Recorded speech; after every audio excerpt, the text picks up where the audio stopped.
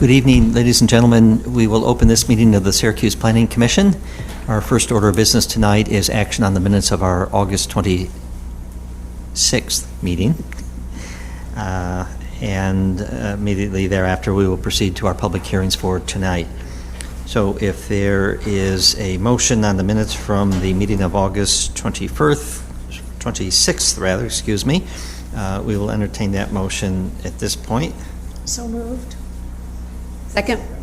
Discussion?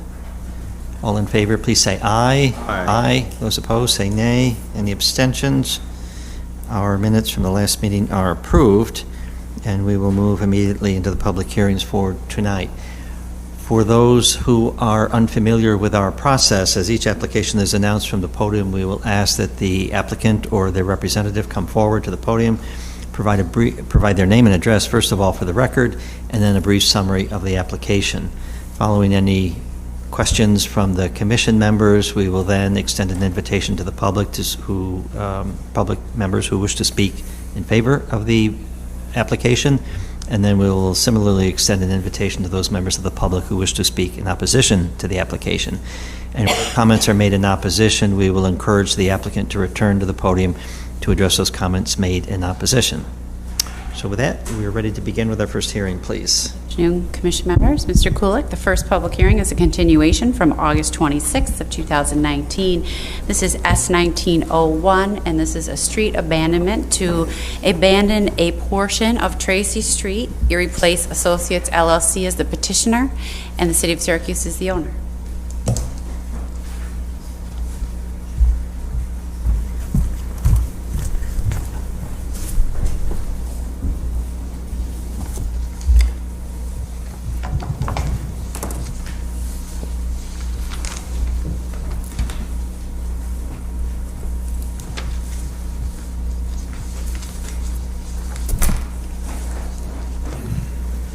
Hey, hello again. Martin McDermott, representing Erie Place Associates, the applicant for the abandonment of a portion of Tracy Street that abuts a property that the applicant currently owns along Tracy Street, but also commonly known as 620 Erie Boulevard West, which is a three-story, 120,000 square foot office building that is currently full with a variety of tenants. Some of the bigger tenants that are in there are the U.S. Department of Veteran Affairs, the Communication Services for the Deaf, and the Syracuse. The reason that we're looking for the Tracy Street abandonment is that we are looking to provide additional parking in order to retain these vital tenants into our building, into the city of Syracuse. These tenants require, while the applicant does control a significant amount of parking on the other side of Erie Boulevard, the particular tenants that I mentioned to you have some ADA concerns that we need to be able to provide for them on site on that side of Erie Boulevard. We do currently own the parking lot that's adjacent to the portion of Tracy Street that we're looking to have abandoned and then to acquire from the city. And our plan is to be able to relocate some of the parking that is in that parking lot, which is at grade, to be behind the along the Tracy Street abandonment portion, which is at a different grade, in order to increase the accessibility parking in that parking lot and allow them to and their clients and visitors to come in to have an easier transition into the building. In our packet of information, we outlined what's some previous abandonment of Tracy Street.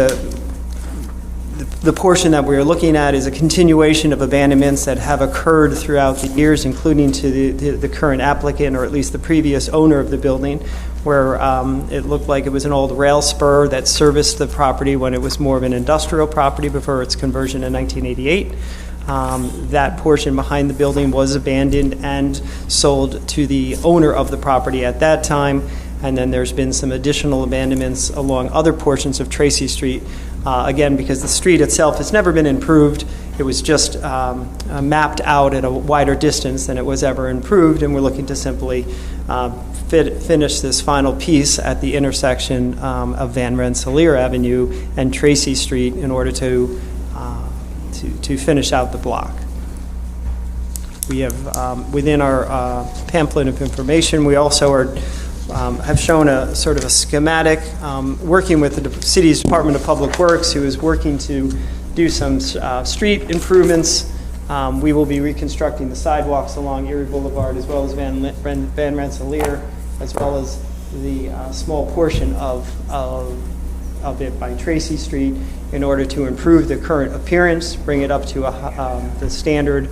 Along with Public Works, we'll be putting in new granite curbing upgrades, as well as the handicapped accessible crosswalk at this portion.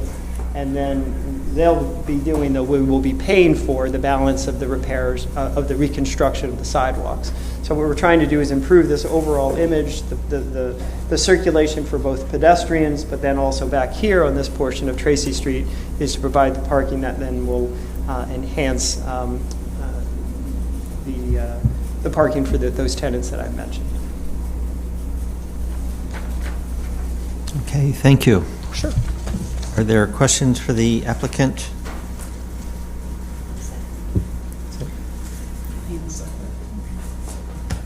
Set.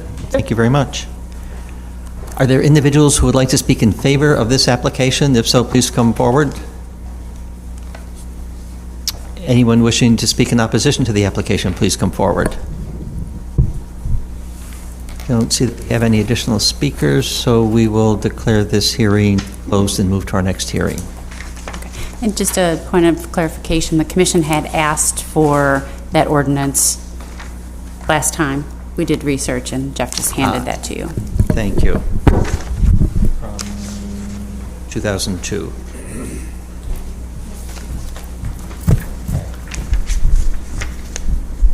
The next public hearing is SP 1919. This is a special permit for used motor vehicle sales and light-duty motor vehicle repair at 608 to 610 Hiawatha Boulevard East. Jamal Algar-Kuhali is the owner and the applicant, and it lies within a commercial Class A zoning district.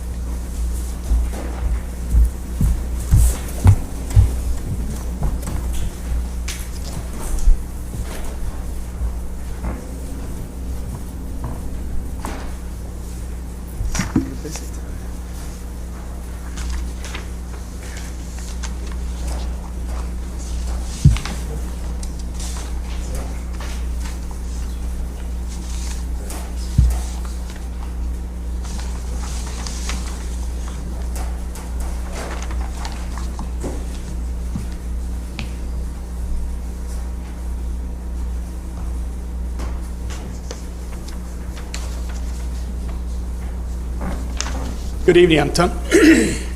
Excuse me. Good evening, I'm Tom DiTullio. I'm an architect. I'm representing Mr. Al-Hayri. Closer to the name. What we're presenting is reusing vacant property.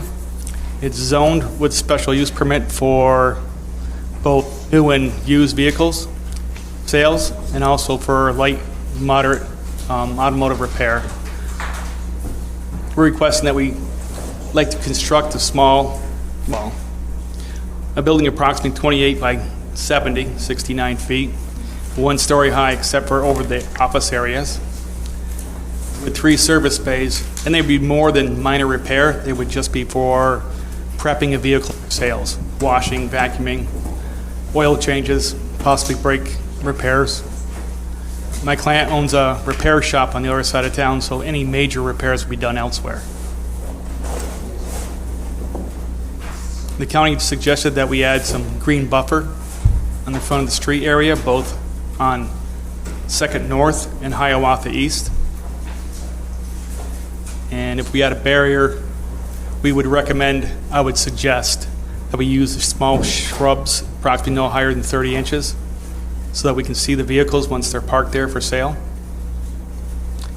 which will alleviate the need for any kind of road barrier, chain or post as they recommend.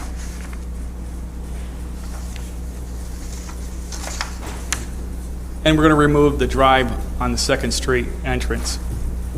Suggestions from engineering for the city just wants to have 1 entranceway, which will increase our parking.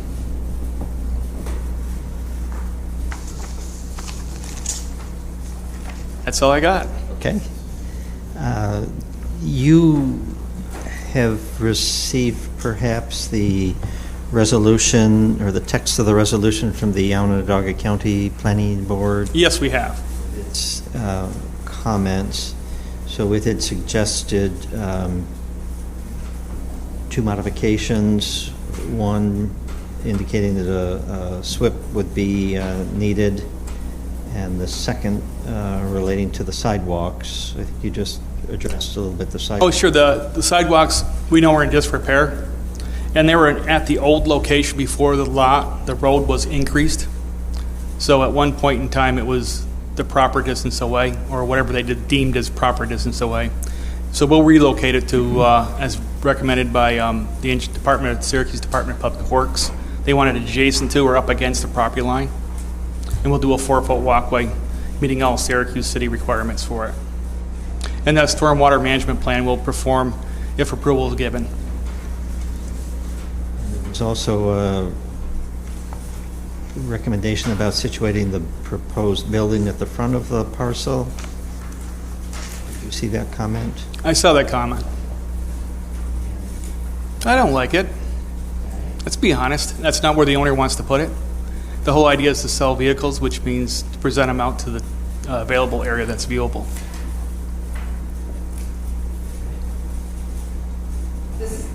I'm sorry. Go ahead. Is this a proposed building? Yes, it is. Presently, it's a vacant lot up against an adjacent one family that's owned by Plebumbo Storage Facilities. Right now, they do, I would say, light manufacturing, since they process wood from big pieces to little pieces. Okay, there are also no photographs in the submission, so it's really hard to evaluate, like, the surrounding neighborhoods. I assume staff, that's because we didn't get any? That's from a complainant, but I don't know what that is. Did we not get photos, Jeff or Heather? My apologies. Well, I'm going to assume for now we didn't get them, so I can't speak for my colleagues, but I certainly would rather have photos before I made any decisions. The other point in terms of the County Planning Board's recommendation about the siting of the building, I can certainly appreciate you're trying to sell cars, but it is a corner lot. Was there any consideration given to bringing the building up to the side street at a minimum to reinforce the street line on 2nd North Street, if not on Hiawatha Boulevard East? Oh, we could do that. That wouldn't be a problem. And then the last question, the discussion about the location of the sidewalk, its alignment, the planting strip, the snow shelf area. Gotcha. Is that reflected in this site plan? Or Well, what I have now is we have a 5-foot buffer from our, what is the actual property line. We're going back 5 feet from that, and that's my green buffer, because we knew we'd had to do something, planting strips or whatever that the board would want us to see. Okay. At one time, we had proposed plants previously before the board, and they want us to remove the plants and put something different. So I'm going to let you guys do that decision. But the county alignment of boards. the sidewalk, let me just see if I can find what that's. Yeah, they want to see it up against the property line, which wouldn't be an issue for us. Presently, there's a new handicapped entrance at the very corner there that's been probably like 4 or 5 years old. So we build off of that and locate the sidewalk so we can still use that part. So it says, okay, so let me try this again. It says sidewalk should be located at the property line. So what you're telling me is right now it's not, or Correct. it is in this drawing. Right, it's at whatever it was located when it was constructed 35 years ago. Okay, and then it says jog the sidewalk at the property lines to align with the adjacent walks as necessary. So I guess the bottom line is, much like having the photographs in order to deliberate, it would be useful to have the revised site plan to have a better understanding of what it is they're talking about. Because without the without the photos, the site plan, I'm not really sure what the city staff are requesting versus what you're showing. So I would like both of those before I made a decision, but I will let my colleagues comment. And then the only other thing had to do with the sign, and you're asking for a waiver for the size and number, or just the size of the sign? Actually, neither, because we're going to meet the requirements for both area and letter size. Oh, so, We just need a sign permit as part of it. nope, that's not what this says, does it? It says you're allowed one wall sign and one ground sign, and they're proposing 2 wall signs, so you're modifying that down to 1 wall sign. But it all depends how you read it. It says facing each road. I'm reading what our staff said. Yeah, I know what your staff said, but that zoning ordinance is per street line. Not for special permit uses. It's Okay. 1 wall and 1 ground, neither to exceed 40 square feet. Okay, well, So, make sure we don't exceed the 40 square feet. so you would be willing to modify the, Oh, absolutely. okay. So again, those were my questions and my comments, so I'll yield to my colleagues. Questions? Questions? Well, just to make sure the record's clear then, may I? Okay. So you were agreeing then on the north, you're agreeing on a line, you're saying that the building would be set back, but for, I think it was for North 2nd Street? Right, we'll move it over Move it to over there. the west side, of the property, which will be up on the 2nd Street area. We'll align it with the houses there, because I think that's the whole intent, is to create a street line. Right. Yes. That's the purpose. And we can adjust entrances and stuff like that, so we can make it look more like it belongs on 2nd Street versus Hiawatha, so we can maintain the line there. But we'd like to hold it back off to Hiawatha Boulevard if we could. Right, well, you're agreeing to do that. Oh, absolutely. And you said on the issue of the curb or the driveway, that's been negotiated to take that. Right, we're going to have to remove one of them. Okay. And it'll probably be, since we're going to move it over to the 2nd Street, we'll remove the 2nd Street one, which makes sense. Just, excuse me, I'm wondering if anyone in the audience could just lower their voices so that we can hear the public presentation. Thank you. On the size, since you were having a conversation with staff and with my colleague, you want it to be 55 square feet, so you are asking for a waiver. No, what we'll do is we'll just do a sign on one side. No more than the 40 square feet. Ms. Slamando, am I correct? 40 square feet, yeah. So you'll, taking that waiver request off the... Right, we'll take that. Okay. All right, thank you, those are my questions. Thank you. Okay, you're all set? Okay. Thank you very much. Okay, thank you. Are there individuals who would like to speak in favor of this application? If so, please come forward. Anyone wishing to speak in opposition to the application, please come forward.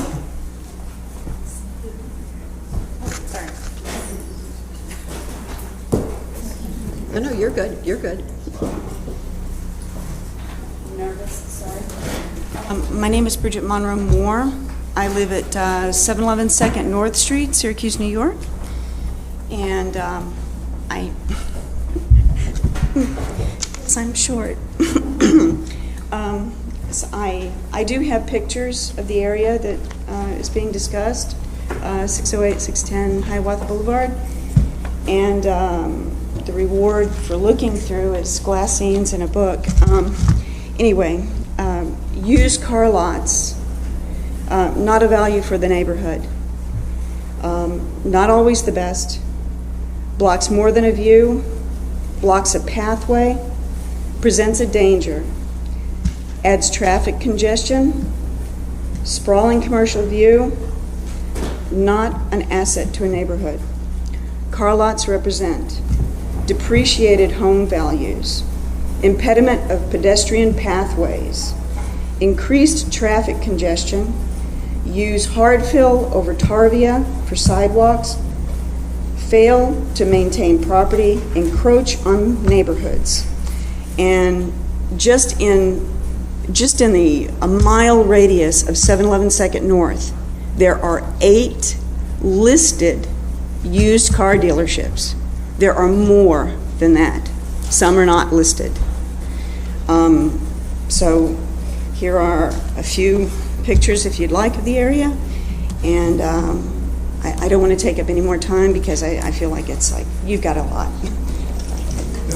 know. Are these Much time should we? the photos that you...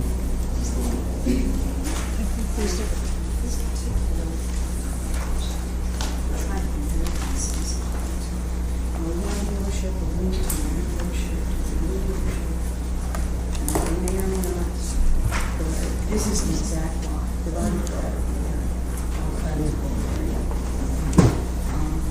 No, you're good. This is a natural path.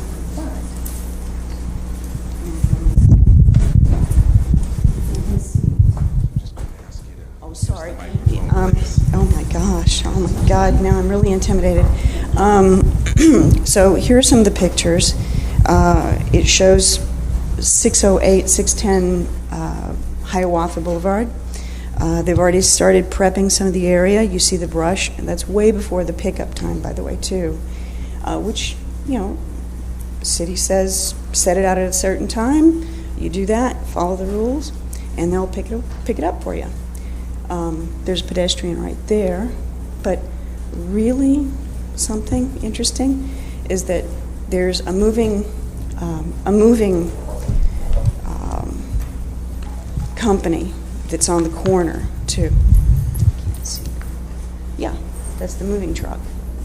So it'll be a moving company across the street from the 608, 610, kitty corner to it. So this 7 Second North Street will become very congested. You know, and as you can see, what happens? Dealerships, they take a lot over, tear a house down, tarvia, hard fill, the like.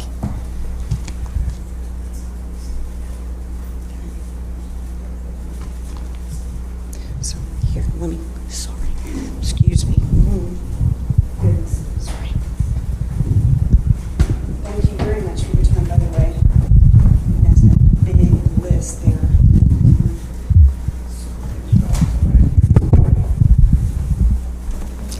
Hello. Good evening.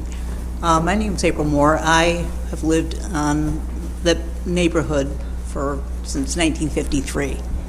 And, you know, and I try to make a stand for the neighborhood because that's what you want to do in your neighborhood. I live on 2nd North Street.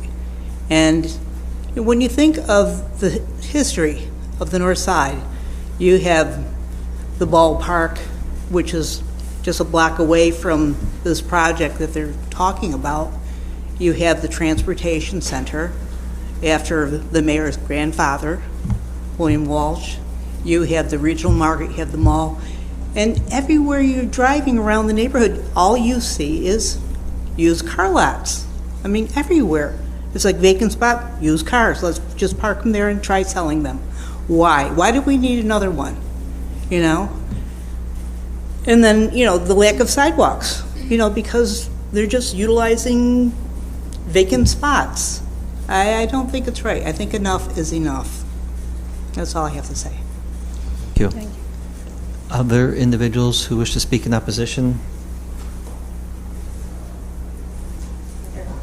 My name is Catherine Cullivan. I represent the Washington Square Neighborhood Association. I concur with everything that April and Bridget said. These car lots, there's one on every corner down there on Hiawatha Boulevard, pretty much. They do impact the walkability, do not maintain their sidewalks. And it's a mixed residential area. I lived there for 50 years myself. And we really don't need another car lot. And the neighbors have indicated to me at our meetings that they don't have any faith in these property owners to maintain their sidewalks, even though their plans say they do, because the rest of them don't. Nobody has any personal responsibility as far as that goes. Anyways, we don't need another car lot. Thank you. Other individuals who may wish to speak in opposition to the application, please come forward. Mr. DiTrulio, do you have the opportunity here to address some of these comments in opposition?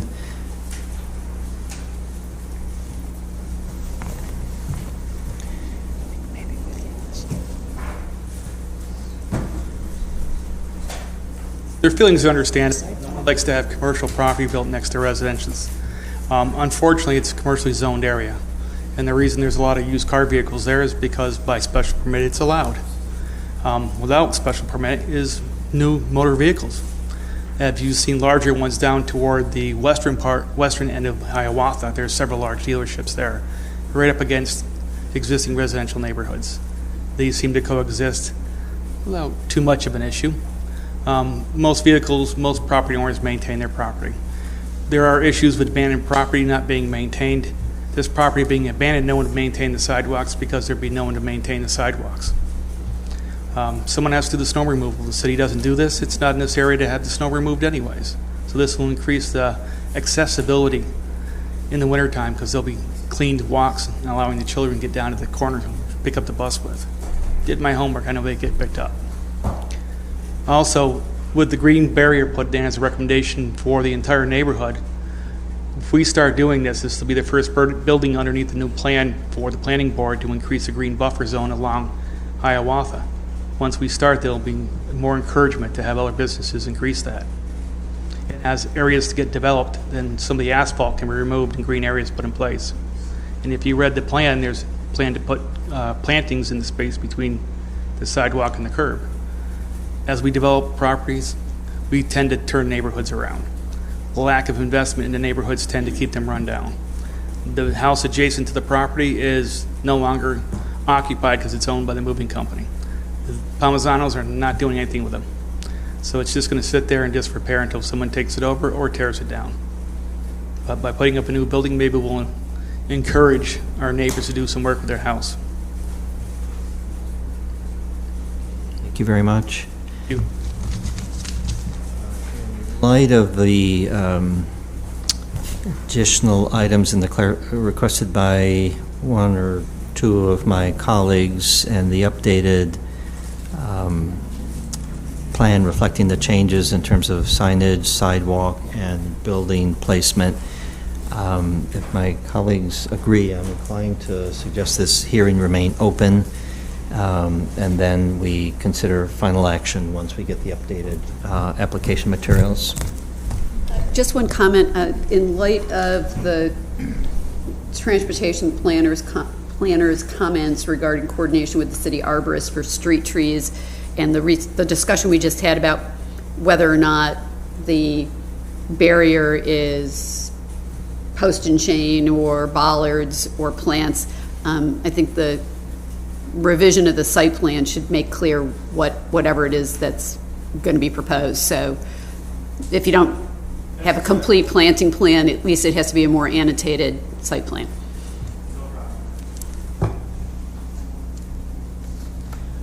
Okay, the next public hearing is R1954. This is a re-subdivision to combine two properties into one new lot at 349 and 351 to 353 South Warren Street. Common Space Warren LLC is the owner and applicant, and the properties lie within a central business district, office, and service zoning district.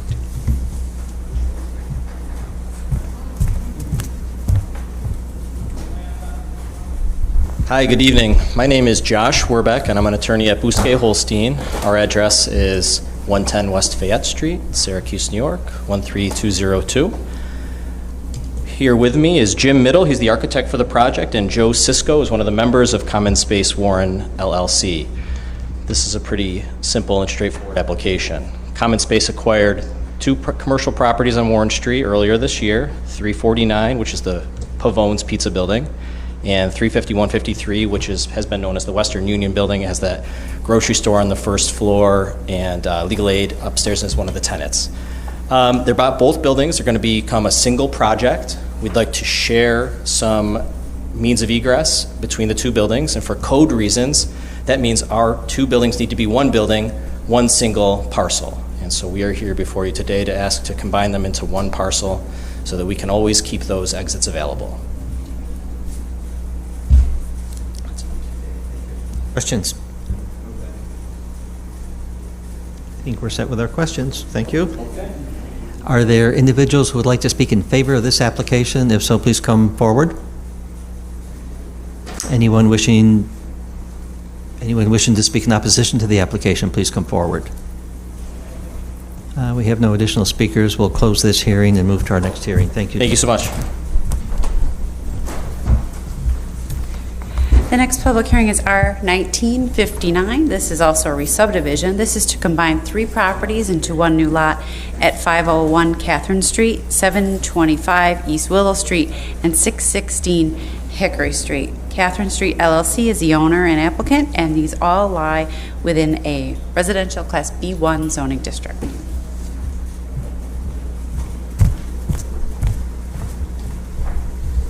Hi, Vincent Ryan, Keplinger Freeman Associates, 6320 Fly Road, East Syracuse. Pretty simple again, combining 3 lots into one. This was came to the attention of the owner to combine the 3 lots. Any questions? The purpose was to accommodate gazebo, correct? Yeah, it came to our attention that it would be a accessory building, so to combine the 3 lots into one lot so that you could put the quote-unquote accessory building being a gazebo pergola structure on the southern property. So this is, Questions? yes, I'm sorry, this is open space for the residents? Yes.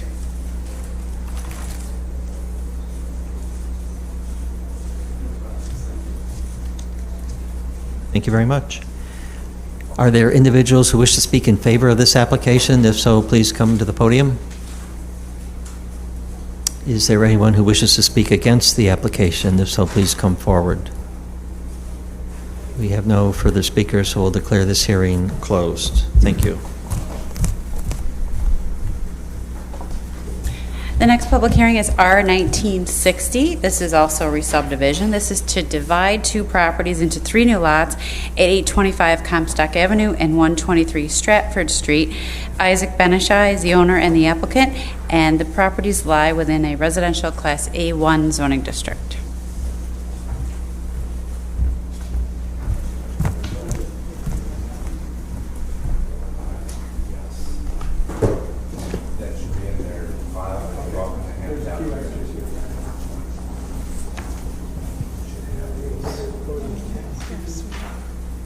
Thank you.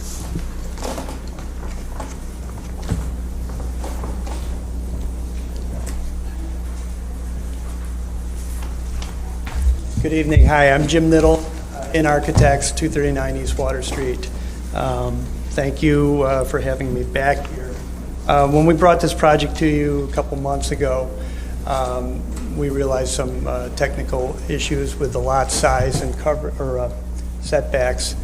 At that time, if you remember, we were looking for 4 houses on this on these 2 lots. Speak into the microphone, please.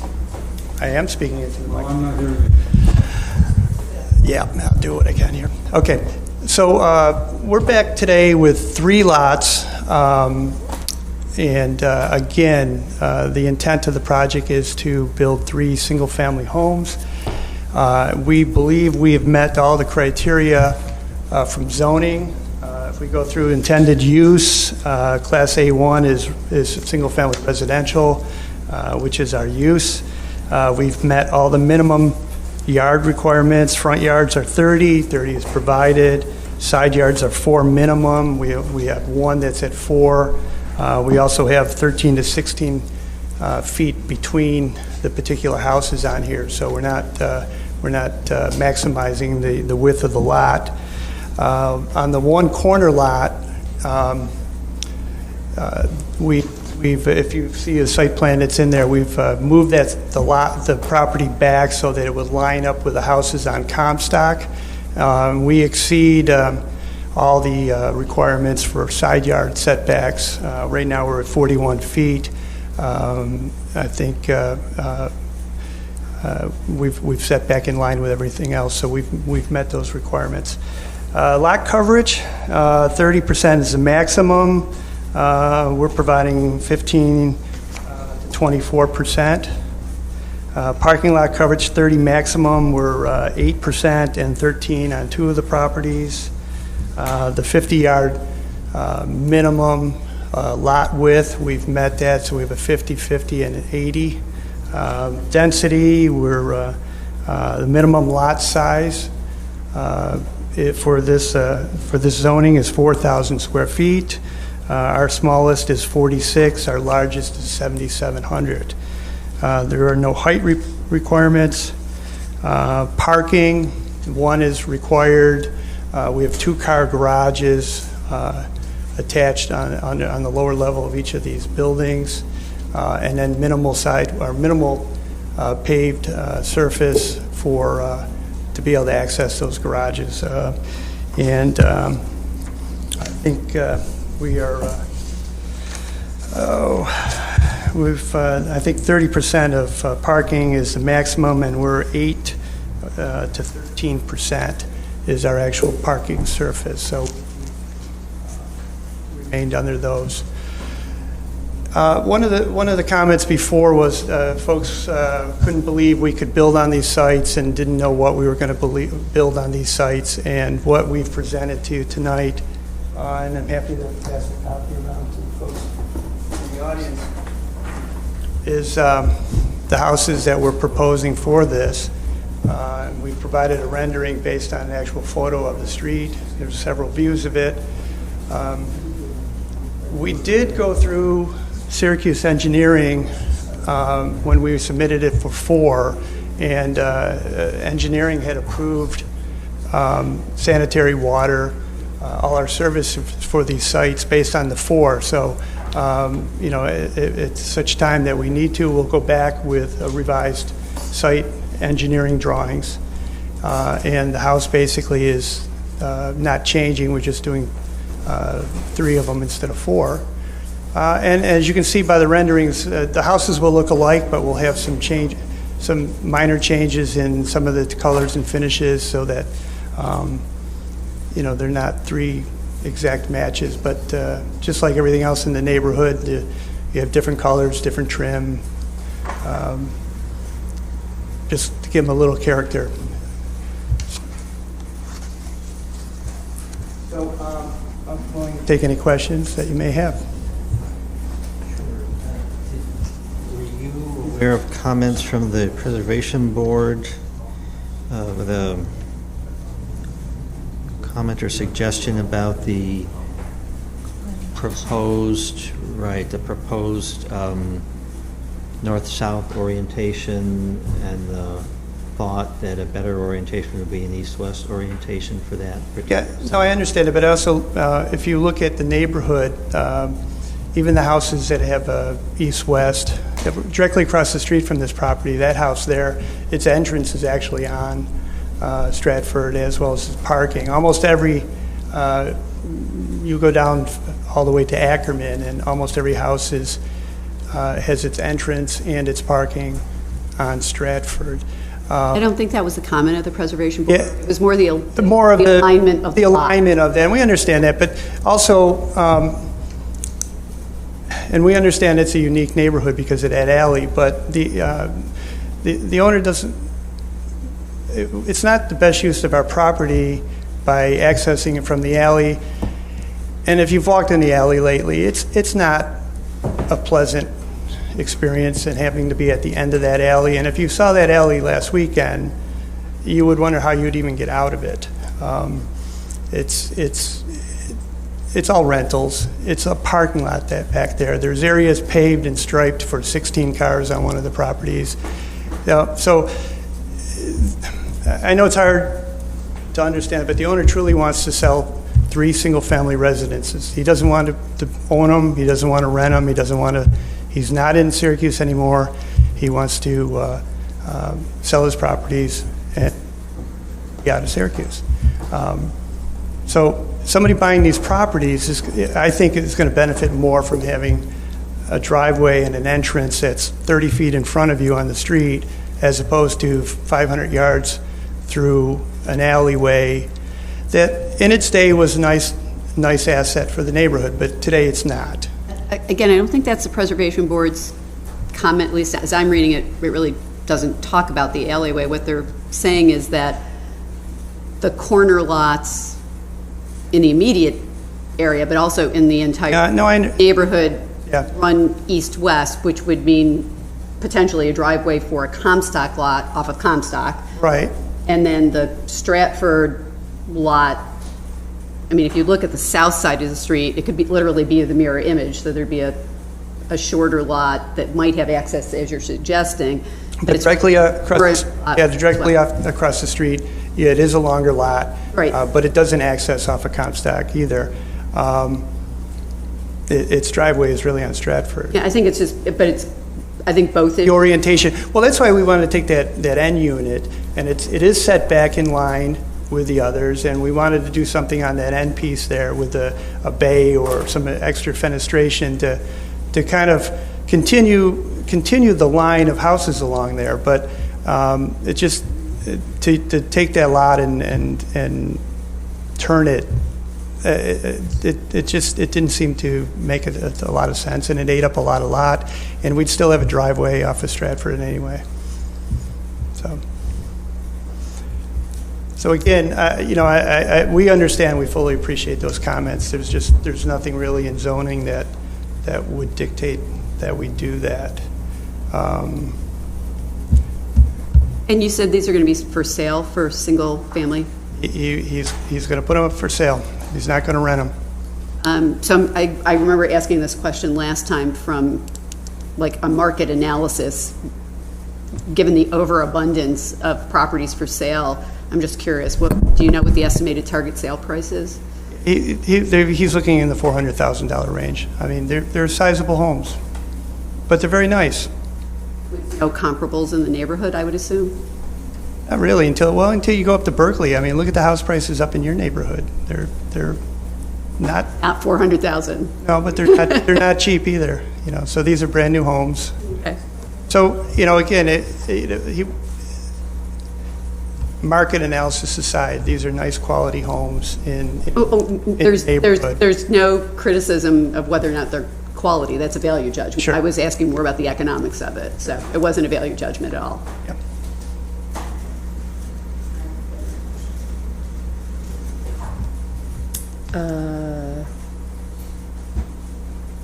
No, I have no, I'm good. Okay, we're all set with questions. Thank you. Are there individuals who would like to speak in favor of this application? If so, please come forward. Is there anyone who would like to speak in opposition to the application? If so, please come forward. Just provide your name and address for the record and then your comments, please. My name is Alan Kossoff, K-O-S-O-F-F, and I live at 209 Berkeley Drive. And I have seen a plethora of objections from the neighborhood, and there are all different kinds of objections. And without spending a lot of time reviewing them, I just want to ask you, if somebody comes up with an objection before the hearing, is it equal to objections that come up after the hearing? In other words, we've got a hearing now, and perhaps other people will find out more about what's proposed, because this is the first opportunity that we have seen these nice renderings and the site plans and what is intended to be done. So I'm picturing that there will be some other objections later, and I wonder if they will be considered at the same rate as those that have been presented before the hearing. Sounds to me like a matter of law, and I will defer to our legal counsel on that one, but I suspect, the main purpose of this public hearing is to gather information on which we can base an informed decision along with the material that's part of the formal application. So once a hearing is closed, we would be less able to access that information as part of our decision-making process, which is why notifications go out to encourage people within a certain radius to come to the hearing and participate, either pro or con, so that information can go into the process for decision-making. But I always stand to be corrected by our legal counsel on this point. You are correct. Once the hearing is closed, the only information that is entered into the record is information that you as a board request. Say those last few words. The only information that would be put into a record after the administrative hearing is closed would be information that the board requests. So if they request further review from, say, DPW or engineering. Okay. Well, thank you. That explains it, because it was not clear to me the sequence of when these things had to be submitted, if there are objections. So I will bring up one objection now. This is the first I have seen these renderings, and the elevations and the scale of the buildings. And I do not object to that. I don't know if anybody is really strong on that issue. What I object to is the same thing that was brought up when the 4 units were presented. That is the idea of these garages on Stratford, making the only vehicular access to these buildings off of Stratford. And I saw the retaining walls that were shown for the 4 houses, and now we have the same retaining walls planned around the garage for 3. Now, if somebody, let's be practical, somebody drives in, maybe the garage is closed, maybe they can't get in, so they park in the space between the sidewalk and the front of the garage. Other people can go right into the garage when it's open and available. I picture, because of the quantity of people involved here, that there will be more cars than are going to be accommodated by the 3 2-car garages, which is 6 cars. I only say that because I live in the neighborhood and we've seen how many cars there are compared to the number of people who live there. So I am concerned, as it was said by John Fellman, who pointed this out to me in the first hearing, the thing that has not changed is the idea of these cars backing up and crossing the sidewalk in order to get onto Stratford to turn. I see this as a hazardous thing because the retaining walls block the view until that car is on the sidewalk or the hind end of the car is on Stratford. I do not know what they can do about the layout to change that. Now, I do understand what was said previously, that the Ostrom Alley is not a nice sense of arrival. At first, I thought they could have their cars drive in there. That's a very long alley to get there, and it's not pleasant at all. So I can see that the way this place is designed, the only way to get there that I can see with this subdivision of 3 is off of Stratford, and I bring that up as a safety issue, and I think it's not just a theoretical thing. I think it's very heavy-duty real, that somebody could be walking along there and get hit by someone backing up, or vehicles could be coming along on Stratford, and there's a bus there, and there's a lot of people on that corner. So I bring that up. I don't know what to tell them to do with the layouts, but that's just a plain objection. Thank you. Thank you very much. Other individuals to speak in opposition?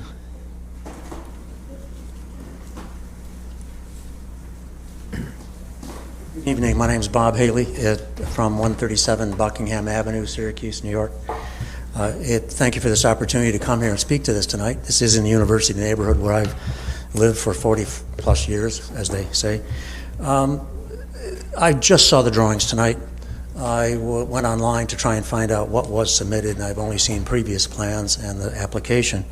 One thing I'd like to comment on is I think the public hearing should be kept open until the drawings that were submitted tonight are available to the public, the citizens of the city, and certainly the people of the university neighborhood, so they can understand what is being proposed. It is very good to see the architect's drawings, and it's an earnest effort to their clients' needs and desires. The effort shows some very skillful buildings.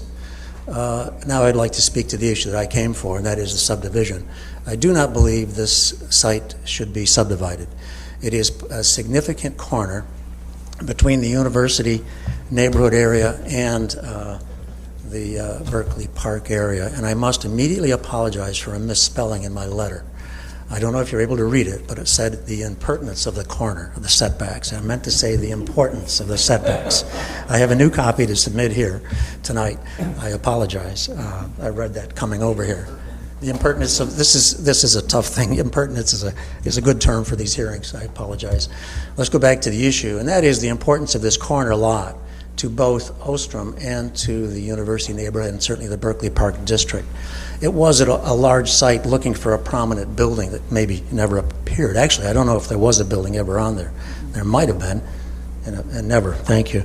It was waiting for a great building, a great residence, and it never happened. However, the site and the site of that lot were sized in the platting of the original district.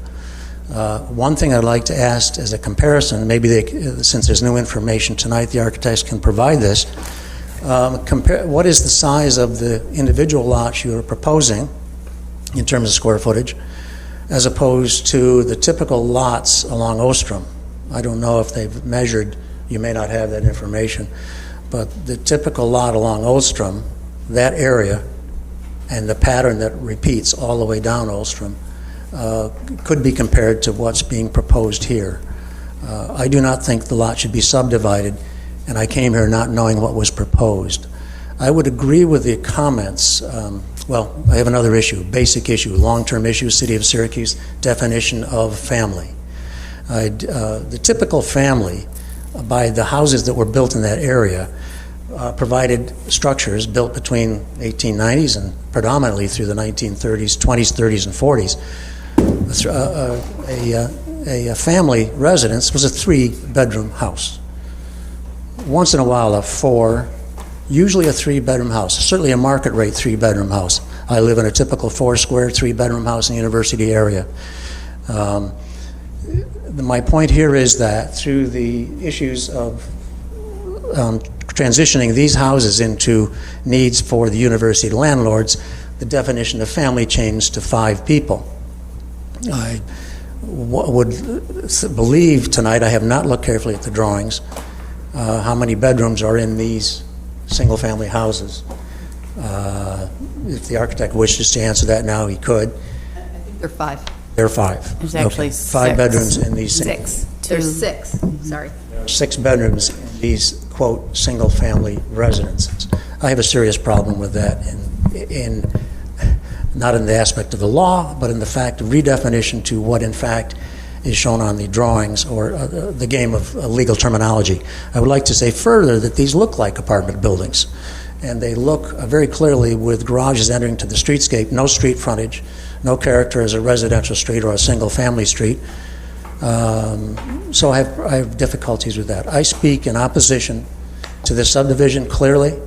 I also refer to the fact that in the, and I put this in here, I brought along the Syracuse pattern book, which shows guidelines for the city of Syracuse based on the history of Syracuse's guidelines.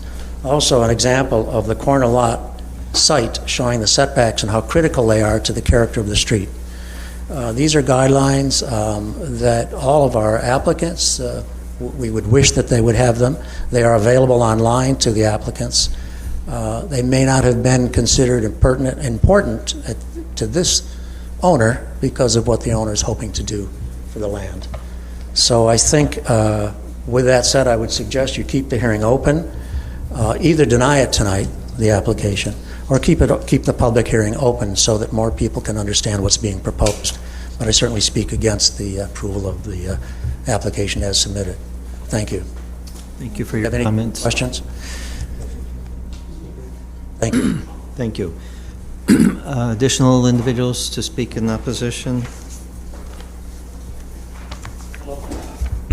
My name is Mike Stanton, 315 Berkeley Drive. I'm also the president of the Southeast University Neighborhood Association. Going from 4 to 3 lots is an improvement. I want to try to convince you that it should actually be 2 lots. But a little background first. The lot that's being considered today was owned by homeowners, one on Ostrom next to at the house with the garage on Stratford, and the other one, and that was owned by Robert Cantor, who was a psychiatrist and worked at the university hospital. The other was Sid Oglesby, who was state representative. He started his notoriety as the president of SUNA, and he and his wife lived in that house for a long time, enjoyed it, used the alley at the back as their source of parking. And over the years, I started to hear from his wife, Donna, more and more as the houses became rentals, and it went from 1 or 2 cars per household to 5 or 6 cars per household. And they were finding it more and more difficult to get through there. It is a city street. There are laws to keep it open, And I think that it should be used and it should be kept so it can be used. So let me, those properties were owner-occupied when they were acquired by the current owner. There's a feeling outside and inside the neighborhood that maybe we are, maybe owner occupancy is being lost and this neighborhood is not worth considering anymore. These are some surprising demographics that I dug up recently. There are 186 census tracts in the Syracuse metropolitan statistical area, including all of Onondaga, Oswego, and Madison counties. Number 44 is the census tract that goes directly below Thorndon Park, if you know where Thorndon Park is, down to Broad. So just imagine that piece that's right next to Syracuse University. If you look at census maps of income and education, it looks low in both of those areas because, frankly, most of the people who live there are now undergraduate students.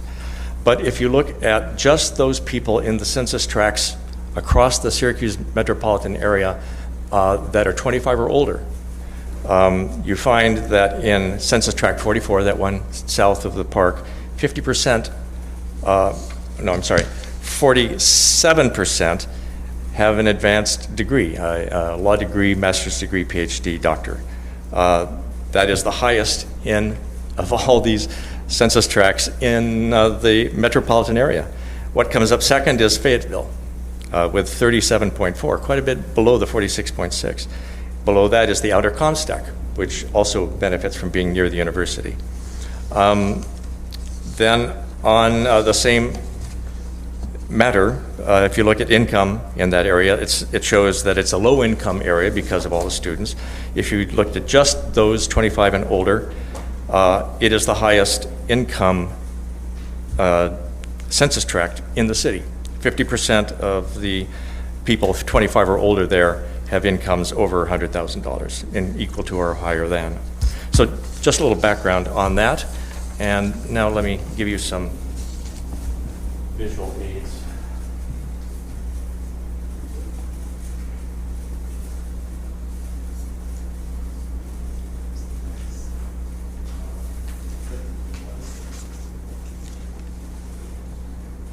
So the top one here is the map of this neighborhood from 1924.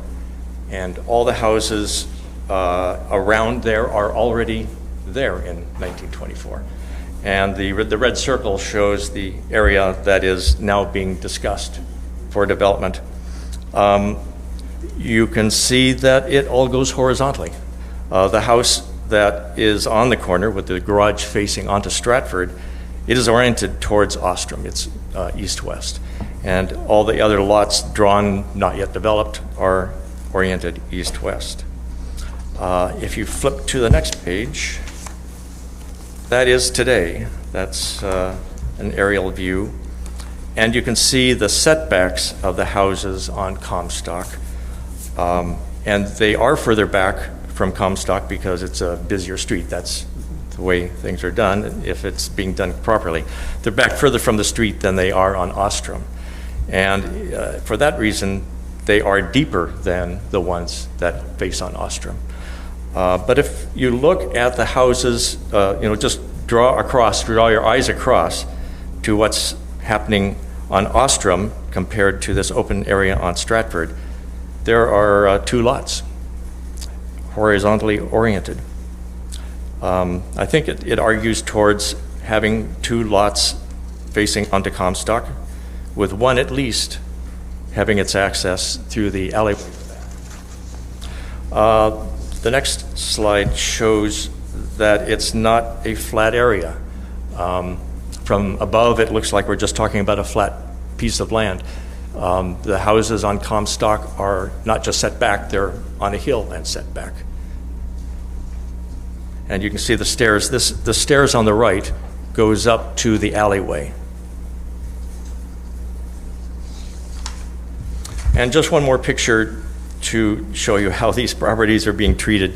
The last picture in the set shows on the left, that is the house on the corner that has the garage facing into Stratford, but we're on Ostrom from this picture. On the right, you see the house next door to that, also previously owned by the current owner of the vacant lot. If you look closely, you'll see the walkway leading up to what should be steps up to the house. And at the top, you'll see where the steps used to break at the top. And as those steps fell apart, why bother? It just became open hillside. And now the only access to the house is to clamber on your hands and knees up that hillside or to come from the back in the alleyway. Thank you.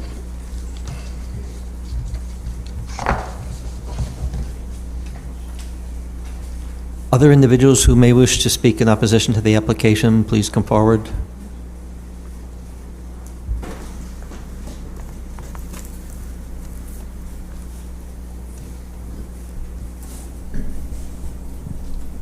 My name is Kathleen Goodman, and I have lived at 109 Berkeley since 1974.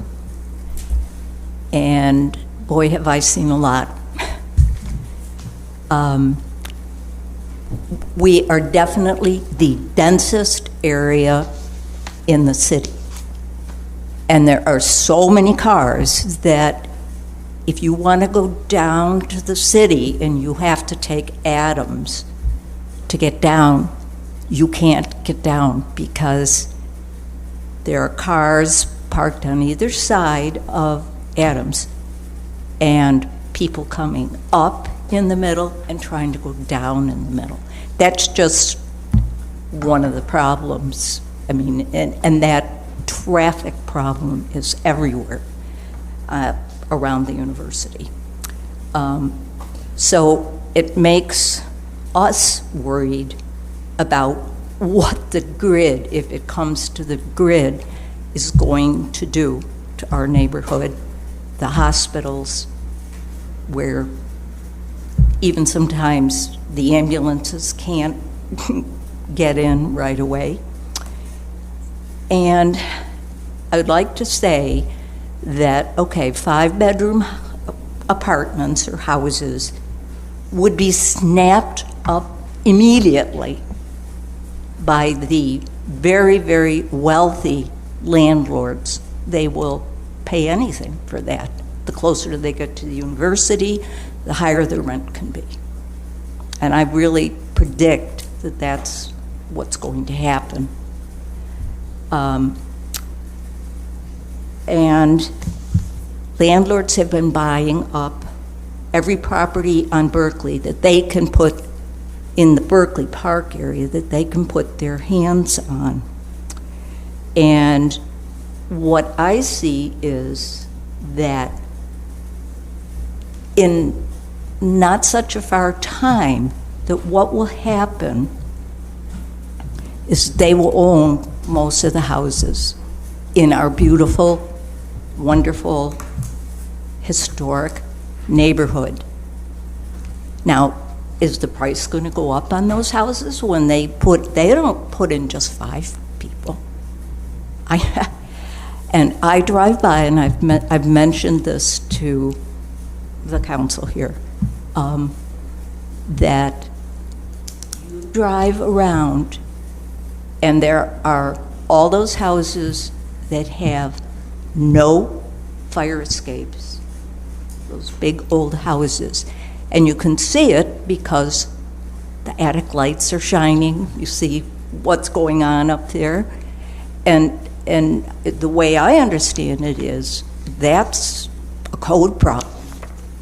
And these landlords put in as many students as they can. And they charge them individual rent. There may be some who say, okay, this is what it's going to cost if you pool your money. And again, that's just a big, big worry.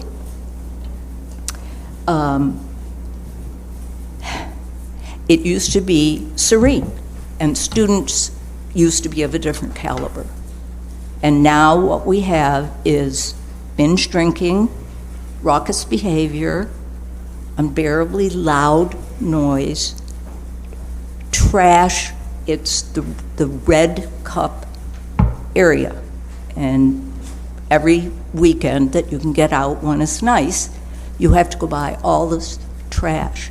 And the trash that they put out is huge piles. I don't know. I mean, and then at the end of the year, it's even bigger. The higher, bigger, and it gets picked by pickers who come around and disassemble it and take away what they want. So these are some of the things that we're dealing with. And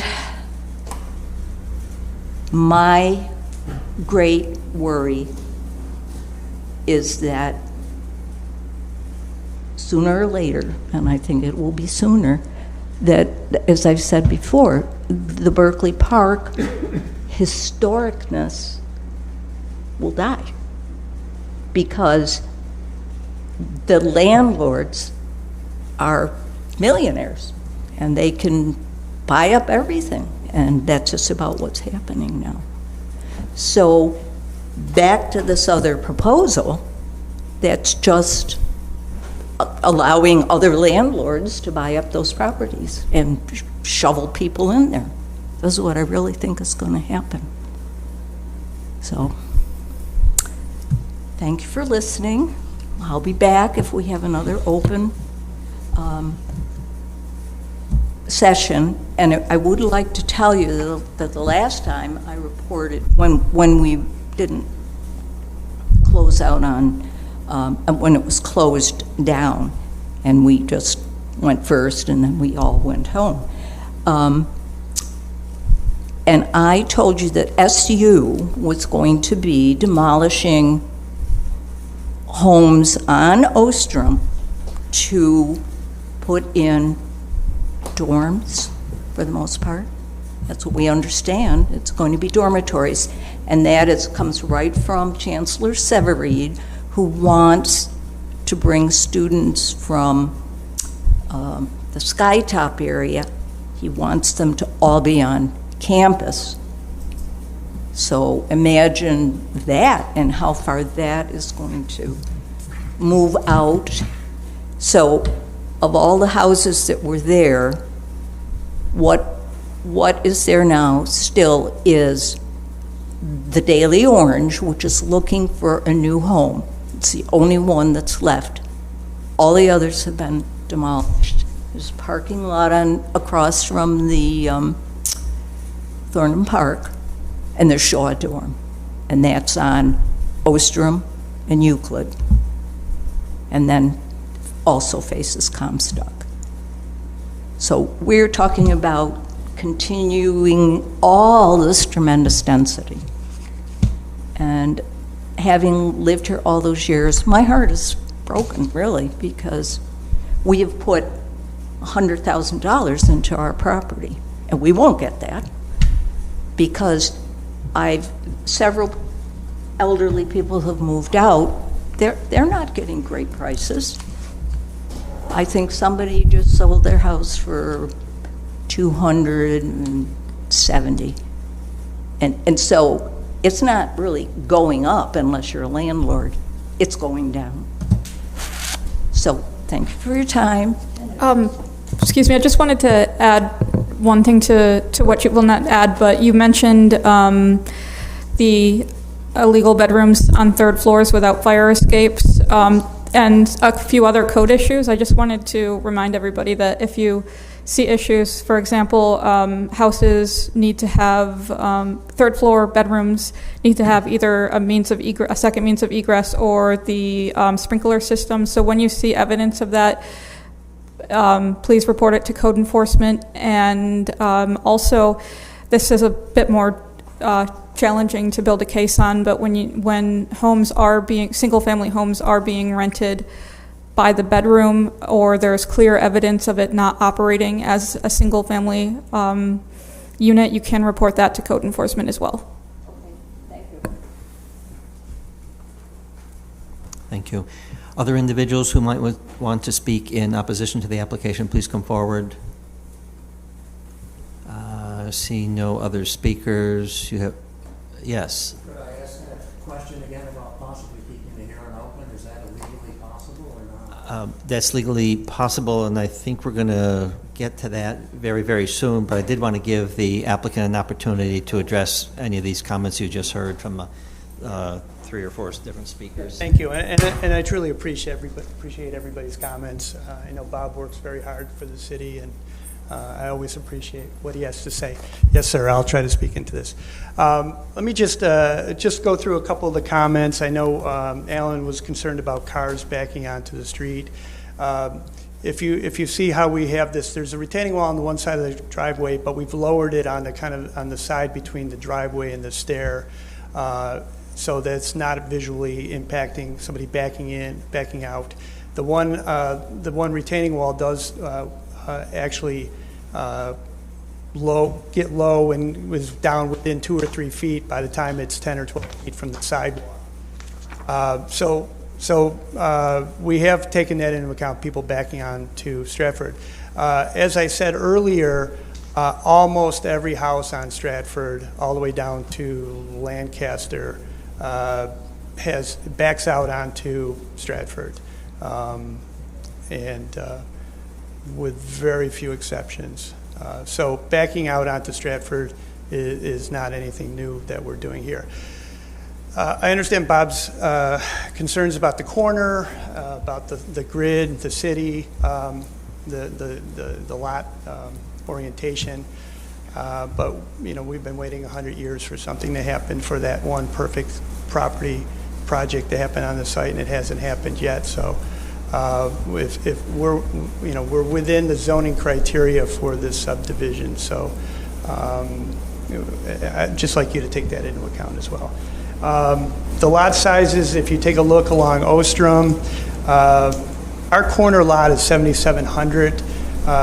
If you do a quick calculation from the tax map, you'll see there's a range from 5,000 to, there's a couple at 4,000, there's a couple at 6,000 or 8,000. So, we're not out of line with a 7,700 square foot lot on that corner. And again, as I stated earlier, we are sensitive of the setbacks of all the other houses on that street, which is why we've pulled that one back. Instead of making 3 equal lots, we wanted that corner to maintain that openness and that distance and that feel, even if the entrance isn't, or the actual orientation isn't the same as the house across the street. House across the street has its porch facing out the Comstock. We have, a feature on our house giving a little prominence to that elevation. The slope, they're all the houses in that on that block are up on a hill, and again, we have engineered this and we've taken that slope into account, and again, these were approved by engineering before. So we don't see any issues now. And if I could also speak to having access off of Stratford, and I agree with the woman here that the traffic up in that neighborhood is bad, but the traffic on Comstock is really continuous, ongoing, really all day long. So the thought of having something coming out onto Comstock has never been anything we'd really want to consider here. And again, the alley is not what the alley was meant to be back in the day. The alley now is a means to get to everybody else's parking lot. So we really don't want anything to do that. We don't want to restrict the owners of this property to having to deal with that. And then I'm a landlord up in the area as well, and I do have one place that's three stories, and we have 2 exits out of that 3rd floor. And council is right that you either have to have 2 exits off of that or to be sprinkled. These buildings, I think we mentioned the last time we were here, they're 3 stories. So nowadays the code requires us to sprinkle those or have another means of egress. So anything we do and anything that we get a building permit on is going to have to get by the city code enforcement department. So there really shouldn't be no issues there. So, And that's all I have. I appreciate everybody's comments, and we look for your consideration. I'd like to see something happen. I know there's a lot of opposition. There's a lot of change is hard, but again, this, we're trying to do something that meets the criteria, that we meet all the zoning requirements, we meet the spirit and character of the neighborhood, and again, that lot has been sitting for 100 years now. I mean, and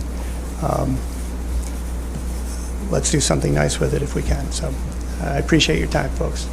Thank you very much. Thanks to all the speakers this evening.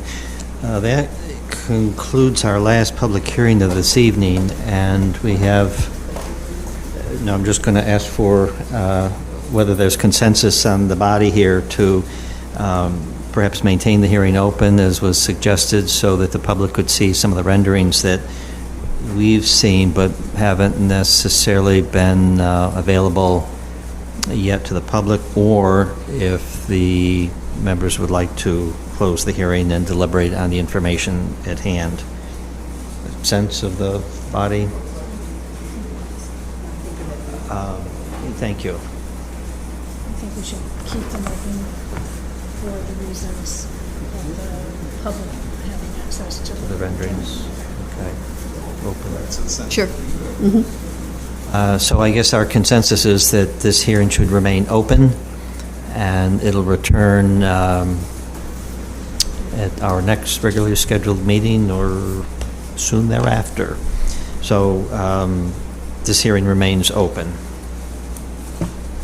Now, we have no further hearings this evening. We have additional business, and as our practice, we will return to the hearings that were heard and closed this evening to determine whether there is sufficient support on the commission for approval or some other action. So with that in mind, we return to the street abandonment proposed for Tracy Street, which is application S-19-01. This was a continuation. The applicant addressed us on this point. There were no other speakers this evening, and we did close the hearing. Is there a motion on this proposed abandonment?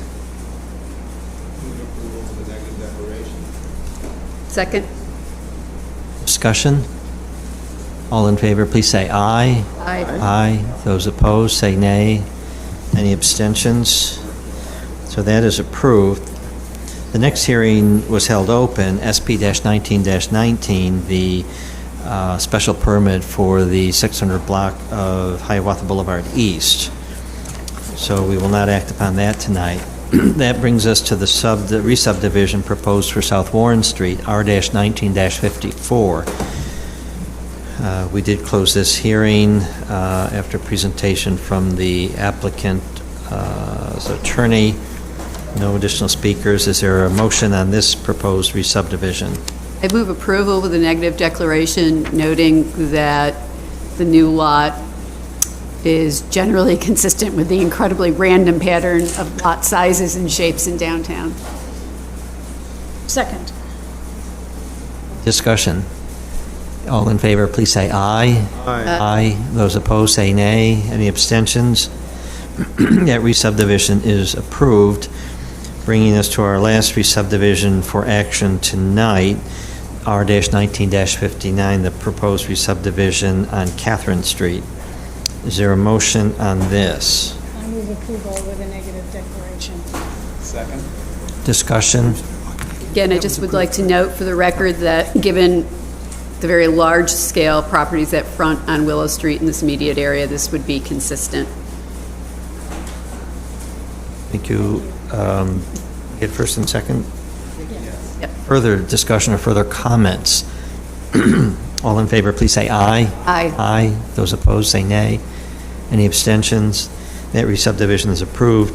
And as noted just moments ago, R-19-16 remains open. Proposed re-subdivision on Stratford Street at Comstock Avenue.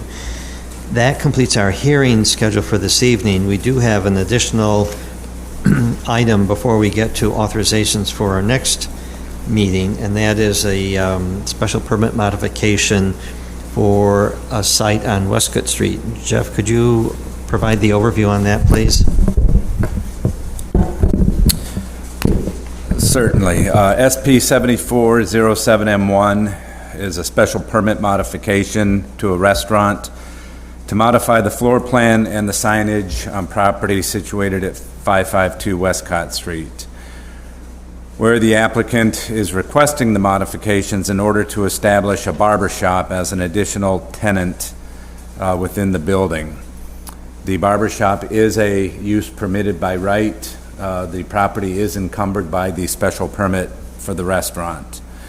The Planning Commission approved the special permit in May of 1974, granting a parking waiver of 27 off-street parking spaces. No waivers were granted at that time from the sign regulations. The existing restaurant has a customer area of approximately 450 square feet, thus requiring 15 off-street parking spaces. The barber shop is approximately 667 square feet, therefore has 0 parking requirements. As it stands now, the parking requirements for the site stand at 15. The signage is where there's a small issue, and that's why this is before the Planning Commission as a modification consideration. The existing signage for the restaurant consists of approximately 21 square foot awning sign and a 12 square foot double-sided projecting sign. As the Commission's aware, special permit uses are allowed 1 wall sign, 1 ground sign, neither to exceed 40 square feet. And again, no sign waivers were granted as part of the original special permit approval. In addition, the applicant is proposing to install an approximate 15 square foot awning sign for the barber shop that would match the existing restaurant awning sign. As proposed, the proposal necessitates a waiver from the special permit sign regulations to maintain the awning sign and the projecting sign for the restaurant. The proposed awning sign for the barber shop complies with the sign regulations that would apply for the barber shop. So we're really cleaning up the restaurant? Is that a situation? Yes.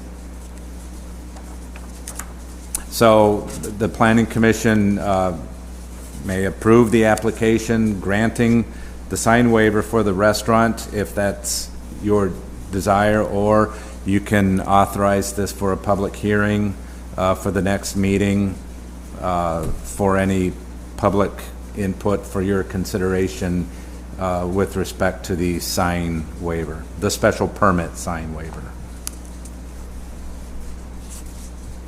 These pictures recent? They were submitted with the application.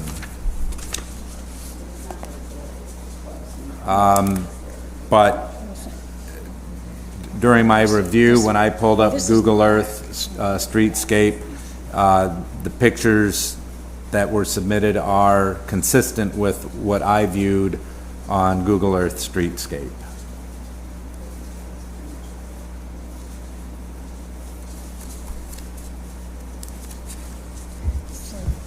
So again, what we're really doing is the barber shop's okay, but we're dealing with the restaurant sign that never got the approvals that it should have needed, which would have been waivers. Okay. That's correct.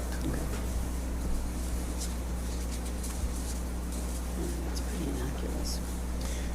Well, first threshold question, I guess, is the Commission comfortable acting on this request with the information at hand tonight, or is there a sense that the public hearing would be necessary? I think it's, yeah, I was going to say, I think it's relatively minor. I think we could act tonight.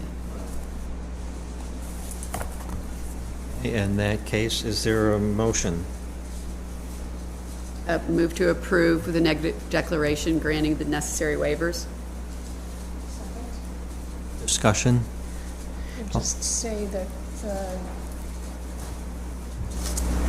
when we do sign waivers, we're concerned with having big signs. And it's the way we define the signs of the canopy signs that make the square footage is unrelated to the impact these signs have. Right. They look small even though they get the number of square feet. So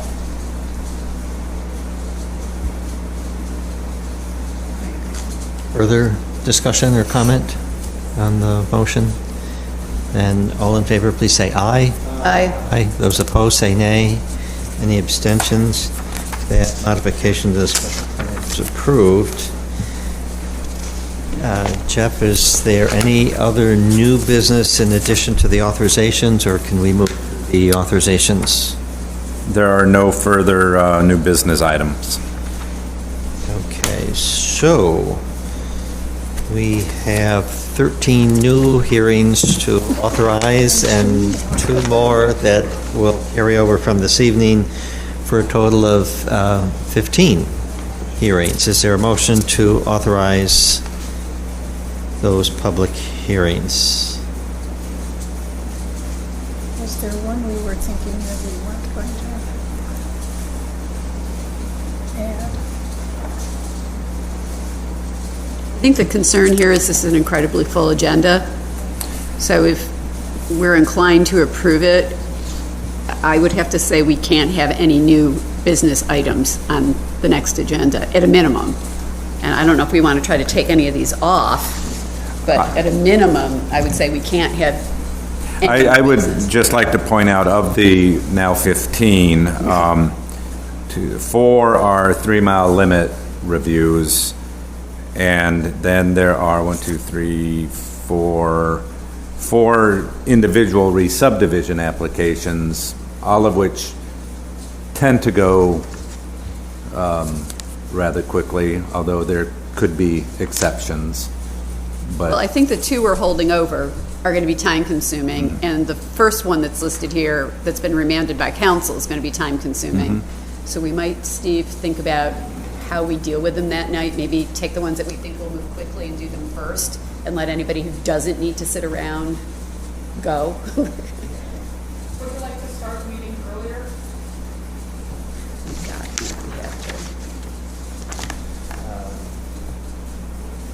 That's a possibility for me, but I think that works only if half hour might make enough of a difference. And I think also paying attention to the order of the agenda makes sense. We can make more efficient use of people's time and not hold somebody here until 9 o'clock if, hold them hostage when they have a simple, relatively simple and non-controversial application.